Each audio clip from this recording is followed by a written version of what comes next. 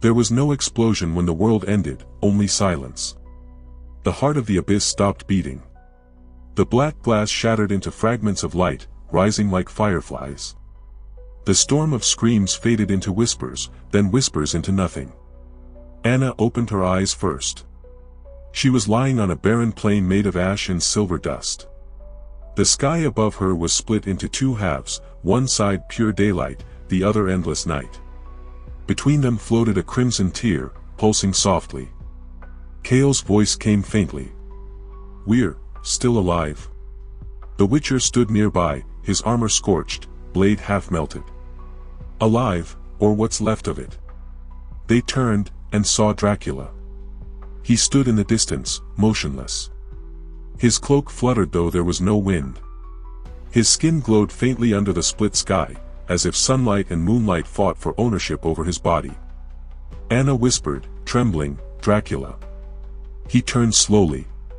His eyes were two colors now, one crimson, one white. And when he spoke, two voices answered. "Dracula is gone. Nyxera remains." Cale raised his weapon. "No, don't tell me." The Witcher held out his arm, stopping him. "Wait." Dracula, no, whatever he had become, took a step forward. The ground cracked beneath him, sprouting ghostly vines that turned to ash. "I am the balance," he said softly, as if remembering his own name. "The god that died twice." Anna's tears fell. "You merged." He nodded. "I did. And now I am both creation and curse." The Witcher stepped closer. "Then what happens now? Is the abyss gone?" Dracula raised his hand. Above them, the crimson tear in the sky began to twist open, showing faint glimpses of two realities overlapping. One was the old world, forests, seas, mountains. The other, a reflection, burning red deserts, floating ruins, bleeding stars. "They're merging," Anna whispered. Dracula nodded slowly. "The worlds are no longer separate. The abyss has bled into existence. Every dream, every soul, every god, will awaken." Cale spat. "Then we failed." Dracula looked at him, and for a moment, there was the faintest hint of a smile. "No. Failure is human. This is rebirth." A thunderous roar cut through the sky, and from the horizon, a monstrous figure emerged. A colossal winged beast, its body stitched together from shadows and flame, the first creature of the new world. Its roar wasn't just sound, it was hunger. The Witcher drew his sword again, though its blade flickered between solid and ghostly. "Guess gods need monsters too." Anna's voice trembled. "Dracula, help us." He didn't move. Instead, he whispered, "I cannot fight what I created." Cale snarled. "Then we'll fight it ourselves." They charged toward the beast, and the land itself responded. The ground rippled like liquid, forming spires of bone, pillars of gold, rivers of fire. Everything alive and dead obeyed Dracula's new presence. He raised a hand slowly, his voice echoing across the merging skies. "Let this world choose its gods." The monstrous creature lunged, and from the crimson rift behind it, others followed. Serpent gods. Shadow wolves. Fallen spirits of the old abyss. The Witcher shouted over the chaos, "They're not stopping." Anna held the crystal, Astria's last light, high above her head. "We can still seal the rift." Dracula looked at her, eyes soft. "If you seal it, you seal me too." Anna hesitated. Her voice broke. "Then tell me, what are you now?" He looked toward the heavens, the rift's light painting his face half divine, half damned. "I am what remains when gods forget their names." The temple air trembled as the Witcher and Anna crossed the archway of obsidian teeth. The floor beneath them pulsed, like a heartbeat trapped in stone. The glyphs on the walls began to shimmer with ghostly bloodlight, forming an image of a chained being, Astrius, the fallen star mage. Dracula watched from the shadows, his red eyes narrowing. "He's not dead," he whispered. "He's divided." Anna raised her torch, the flame bending unnaturally toward the central altar, where shards of a broken crystal floated midair. Each fragment contained a flickering vision, oceans of fire, cities swallowed by sand, and a god screaming without sound. Then, the air cracked. From the shards rose a misty silhouette, Astrius himself, bound in energy, his celestial veins burning through his skin. "You freed the wrong piece of me." His voice echoed in all directions. "The rest still sleeps, beneath the sea of glass." The Witcher drew his silver blade, but the light dimmed, and the reflection in the blade showed not Astrius, but himself, eyes glowing like the cursed stars. "He's inside me," the Witcher muttered. Dracula stepped forward, fangs bared. "No. He's using you as a vessel." The ground split open, revealing runic veins glowing with crimson fire. From them, the wolf creature burst upward, half human, half rage, its howl vibrating through the ancient chamber. The chains of Astrius responded, wrapping the wolf like serpents, feeding on his fury. Outside, Elizabeth and Goblin faced a darker omen. The red moon fractured in the sky, dividing into 3 identical orbs. Each one began to drip molten silver down onto the temple roof. Anna shouted, "The sky itself is bleeding." The temple heart began to beat again, louder, faster, until every torch blew out. In the darkness, Astrius's whisper slithered like smoke. "The god is broken, but his hunger remains whole." The Witcher fell to his knees, eyes turning glassy white. Dracula grabbed him, but something inside the Witcher laughed with a voice not his own. Astrius had entered the hunter's soul. The desert beyond the temple ended like a wound meeting the sea. Except this was no ocean, it was a mirror of frozen water, stretching endlessly under the fractured red moon. They called it the Sea of Glass, where the gods were said to drown without dying. Dracula's boots cracked the surface with each step, the sound echo. Like shattering bones. Beside him, Anna carried the half-conscious Witcher, whose veins glowed faintly with starlight. Every few minutes, his reflection in the icy water moved a heartbeat later, as if another version of him walked behind the glass. "The air tastes of burnt silver," Anna whispered. "That's not air," Dracula replied. "It's the god's breath leaking through." A gust tore across the plain, and the frozen surface rippled, showing glimpses beneath. Black towers rising from deep darkness, and a colossal chained figure struggling in silence. Astrius's voice slithered from the Witcher's mouth, 2 tones at once. "My body sleeps below, but my heart remembers every wound." Lightning cracked across the mirrored sky, and the reflection became alive. From within the glass, phantoms began to crawl upward, soldiers of salt and memory, half-formed and screaming. Dracula drew his sword, slicing one down, only for 3 more to rise, each carrying the same face as the Witcher. Far away, a horn blew, deep, echoing, oceanic. The frozen surface began to melt. From beneath, a ship of bones and chained lanterns surfaced, its sails made of trapped souls. At its helm stood Kale, the cursed pirate king, his crown fused to his skull, eyes burning with blue fire. "Welcome to my sea," he growled. "You've come searching for a god. But every god here serves me now." Dracula's fangs bared, the Witcher's eyes flashed white, Anna gripped her blade, and the mirror sea cracked open into a storm of light and death. The sea of glass shattered, not into waves, but into floating shards of frozen light. Each piece reflected a different version of the world, one where Dracula burned in sunlight, another where the Witcher's eyes were pure black, and a third where Kale's ship ruled an endless night. The storm howled like a living thing. Chains erupted from the water, dragging massive ghost ships upward, the cursed fleet. Their decks were filled with sailors made of salt, their faces carved hollow by centuries of drowning. Kale stood at the prow, his tattered coat whipping in the spectral wind. "Every drop of this ocean is a soul I've taken," he said, voice echoing across the mirrored sea. "And now, I'll take yours, not for vengeance, but for balance." Dracula's red eyes glowed like dying embers. "Balance? You're a thief of the dead, not their savior." Kale's skeletal hand lifted, and a current of blue fire surged upward, striking Dracula across the chest. The vampire was thrown backward, landing beside Anna, who barely managed to shield herself with a burst of runic light. The Witcher, still half-possessed by Astrius, rose slowly. His shadow stretched unnaturally long, wrapping around him like a serpent. "Kale," he said, his voice two-toned again, "the god below remembers you. You betrayed him once." Kale's expression froze. The sea went silent. Even the ship stilled. "Then the god still dreams," Kale whispered. "And that means he can wake." From the depths, something moved, vast and glowing.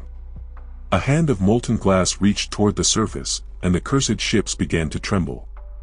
Anna clutched her dagger, panic flickering in her voice. "What is that?" Dracula turned toward her, his face pale even for him. "That is not the god. That's what the god feared." The Witcher collapsed, screaming as Astriasa's voice poured through him again. "You broke the mirror, mortal hunter.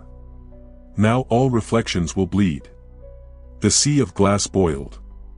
The cursed ships tilted as monstrous silhouettes rose beneath, serpentine, divine, and screaming in silence. Kale raised his blade high. "Then let the fleet sail into the end of gods." And the ocean of souls erupted, swallowing them all in a storm of shattered light and blood. Silence. The kind that exists before creation remembers sound. When the light of the shattered sea of glass faded, Dracula, Anna, and the Witcher found themselves sinking through an endless abyss, not water, not air, but liquid memory. Each drop shimmered with moments long dead, burning cities, crying gods, and faces that begged for time to stop. They landed upon a surface that wasn't solid, yet held them, a mirror of smoke that rippled under every breath.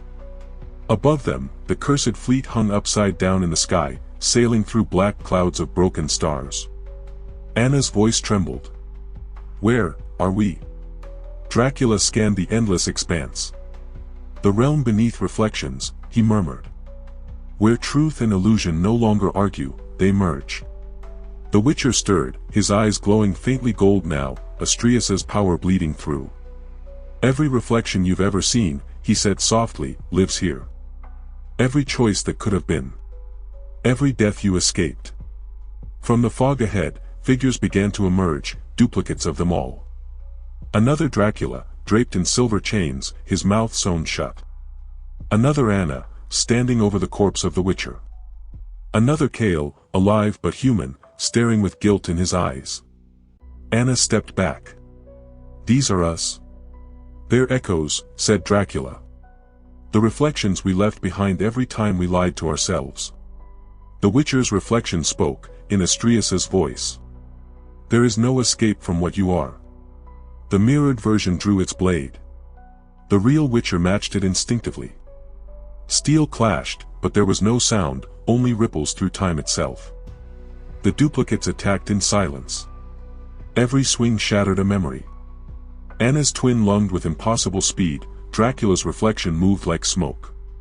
Kale's ghostly fleet howled above, their cursed voices crying out, "All paths lead below." As the chaos unfolded, the Witcher's reflection suddenly stopped, eyes burning bright. "He is almost awake," it hissed. Dracula froze. "Who?"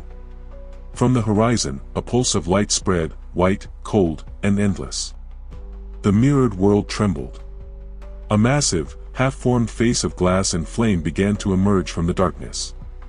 It wasn't Astrias. It was something else. The architect of mirrors itself. Anna whispered, "We've gone too far." Dracula grinned, his fangs catching the glow. "No. We've just found what even gods fear." The realm quaked like a heartbeat gone mad. Shards of broken reflections hovered mid-air, swirling into a spiral that reached beyond sight. In the center, a colossal shape unfolded, the architect of mirrors, a being of living glass and endless faces. Every inch of its body reflected a different reality, 1,000 Draculas, 1,000 Witchers, 1,000 Annas, all screaming silently. Its voice was not heard, it was remembered. "I was the first dream. The first lie. You call me mirror, but I am memory that learned to look back." The Witcher fell to one knee, Astriasa's power crackling through him. "You built this place," he gasped. "You shaped the gods themselves." "And broke them," the architect replied, its tone both sorrow and pride. "They looked upon their reflections and lost faith in their forms. So I buried them beneath their own faces. Dracula stepped forward, eyes burning red. Then free us, architect. We seek only to destroy Astrius before he consumes the realms above. A sound like 1,000 mirrors cracking echoed, laughter. Destroy. You carry his light already, hunter. You carry his hunger, vampire. And you. The being turned toward Anna. Her reflection separated from her body and stood beside her, identical, but smiling coldly. You carry his heart. Anna's reflection reached out and touched her face. The moment their fingers met, both screamed. Their memories began to fuse, childhood, death, resurrection, every lie and love intertwined. The architect raised a hand, and the mirrored world bled silver. To kill a god, you must first break your reflection.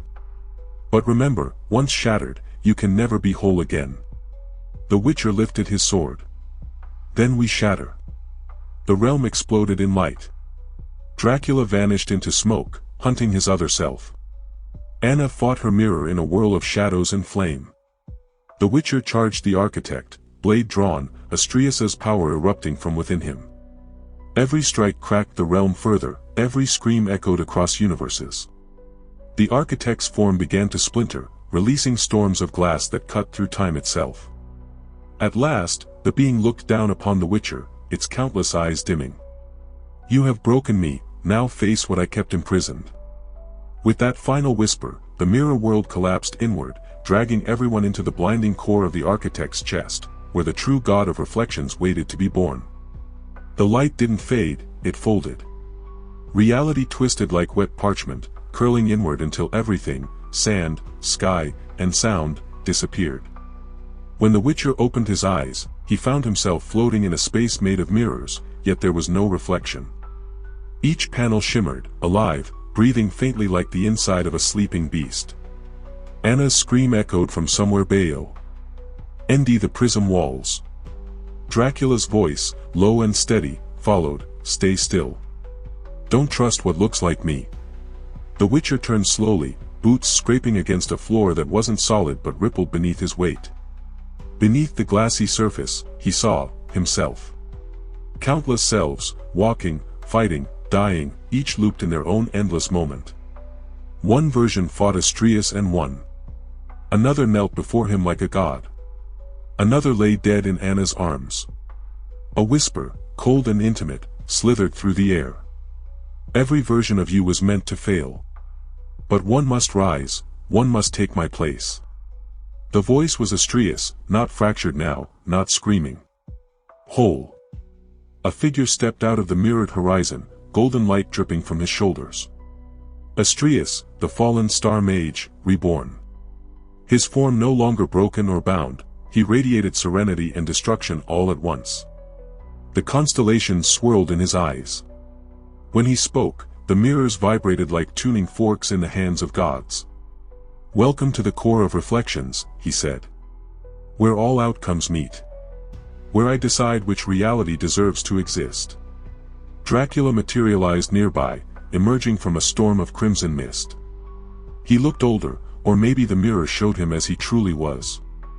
His fangs gleamed, but his eyes were tired, heavy with centuries of memory.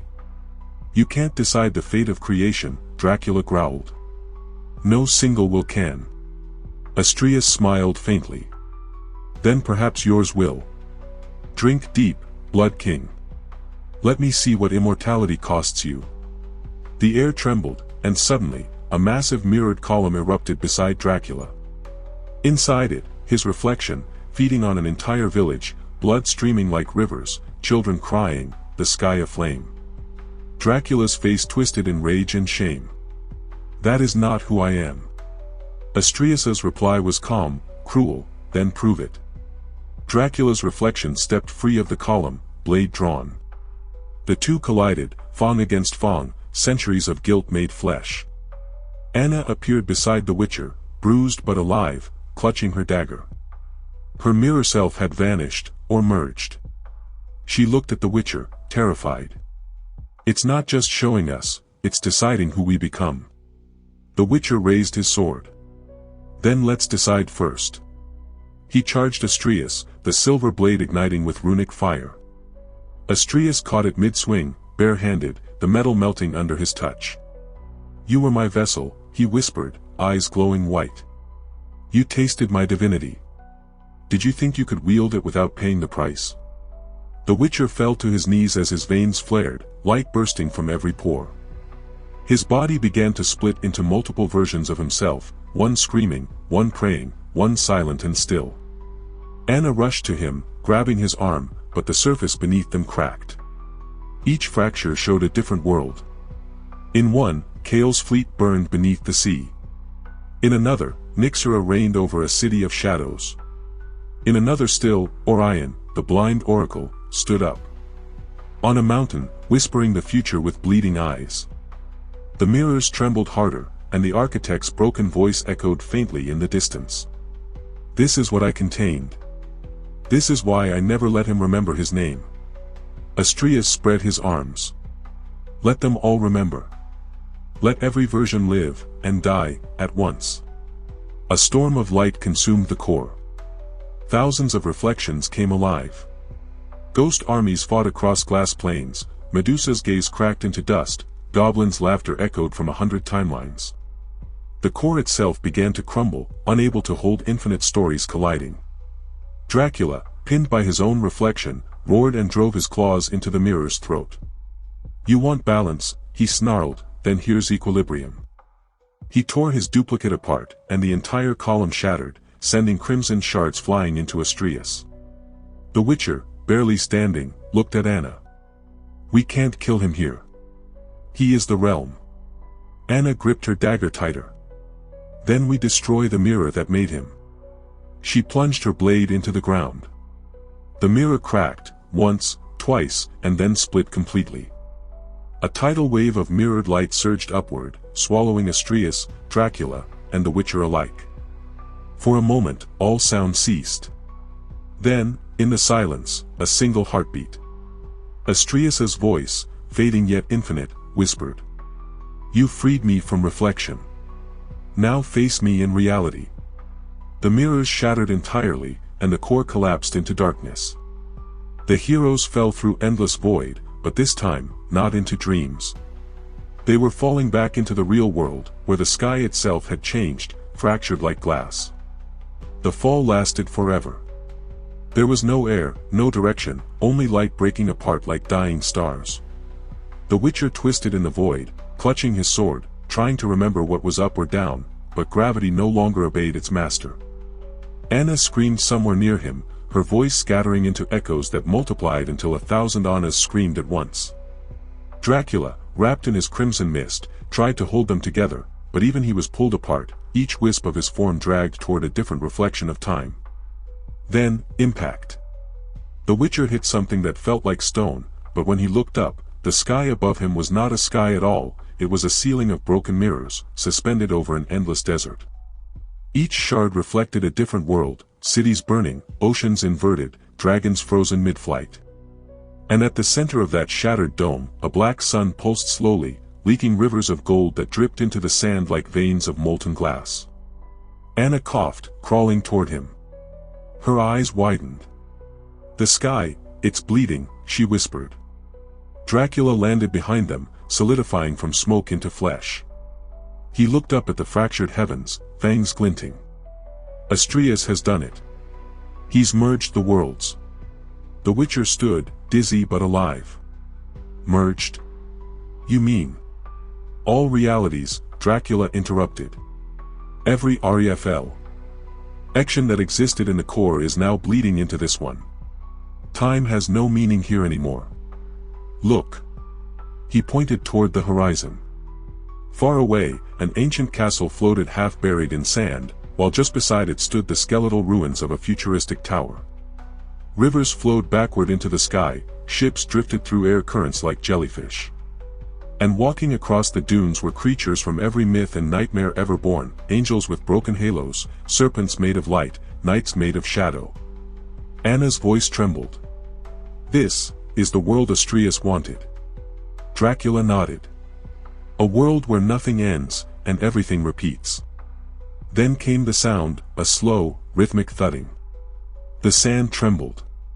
From beyond the shattered skyline, something immense began to emerge, a colossus of glass, shaped like a man but with stars burning in his chest. It was Astrius, now fully formed in the physical realm. Each step he took cracked the air, each breath caused reality to shimmer. "Children of dust," his voice thundered, echoing across dimensions. "You fought my memory. Now fight my existence."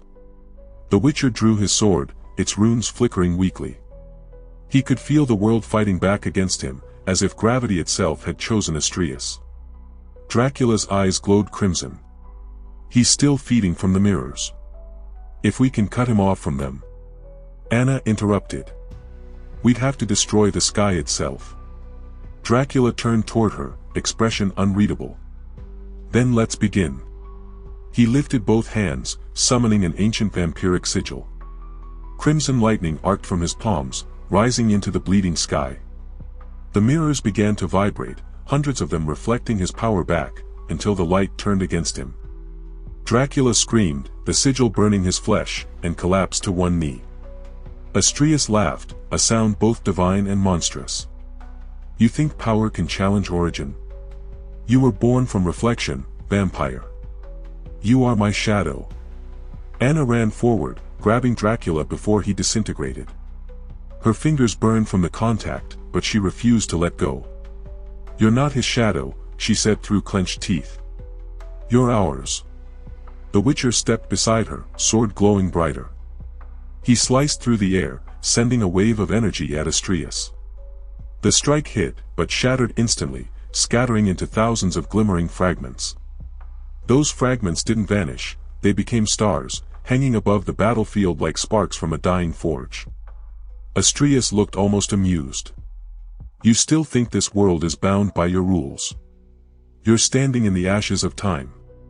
He raised his hand, and the stars the Witcher had created fell like meteors. Each one exploded, tearing craters into the sand, setting fire to the air itself. Anna and Dracula shielded themselves behind a fragment of mirror as the Witcher dove aside, the heat searing through his armor. Then, silence. The dust parted. Astrius walked through the smoke, unharmed. But behind him, one of the mirrors had cracked, revealing a glimpse of something beyond, a dark ocean, infinite and still. The Witcher saw it too. That ocean. Anna nodded. "The sea of glass." Dracula hissed. "His anchor." They realized at once, Astrius wasn't drawing power from the mirrors, he was anchored through them to the sea of glass, where his true essence slept. Destroying the sky wouldn't kill him, it would only set him free completely. The Witcher lowered his blade. "Then we don't destroy the sky." Anna frowned. "Then what?" He looked at her, calm but certain. "We drown it." Dracula's lips curved into a grin. "Ah. You mean collapse the reflection back into itself? A paradox." "Exactly. We drag him back through his own creation." Anna stared at them both, horrified. "And what happens to us?" Neither answered. The ground trembled again. Astrius had stopped walking. He was watching them, curious. "You found my anchor," he said softly. "Good. Now watch it consume you." He lifted both hands, and the mirrored sky began to descend, slowly, like a curtain falling. Shards rained down like silver snow, slicing through dunes, cutting through flesh and stone alike. One grazed Anna's arm, and her reflection briefly flickered in the wound, another version of herself, screaming from within. The Witcher shouted, "Now, Dracula!" The vampire tore open his wrist, blood streaming upward as he chanted the ancient sigil again, this time backward. The air twisted. Every drop of blood became a portal, reflecting the sea of glass above them. The mirrored sky convulsed, bending toward the crimson storm. Astrius's form flickered, a god losing cohesion. "What are you?" The Witcher raised his sword and drove it into the sand. The earth split, and beneath it roared the reflection itself, collapsing inward like a whirlpool of glass and light. Astrius howled as the world began to fold. The black sun shattered into dust. The horizon twisted, swallowing mountains and sky alike. Anna screamed, grabbing the Witcher's hand. We'll be pulled in too. He looked at her, eyes burning white. Then hold on. The three of them were torn from the desert, sucked into the maelstrom of collapsing realities, into the sea of glass itself.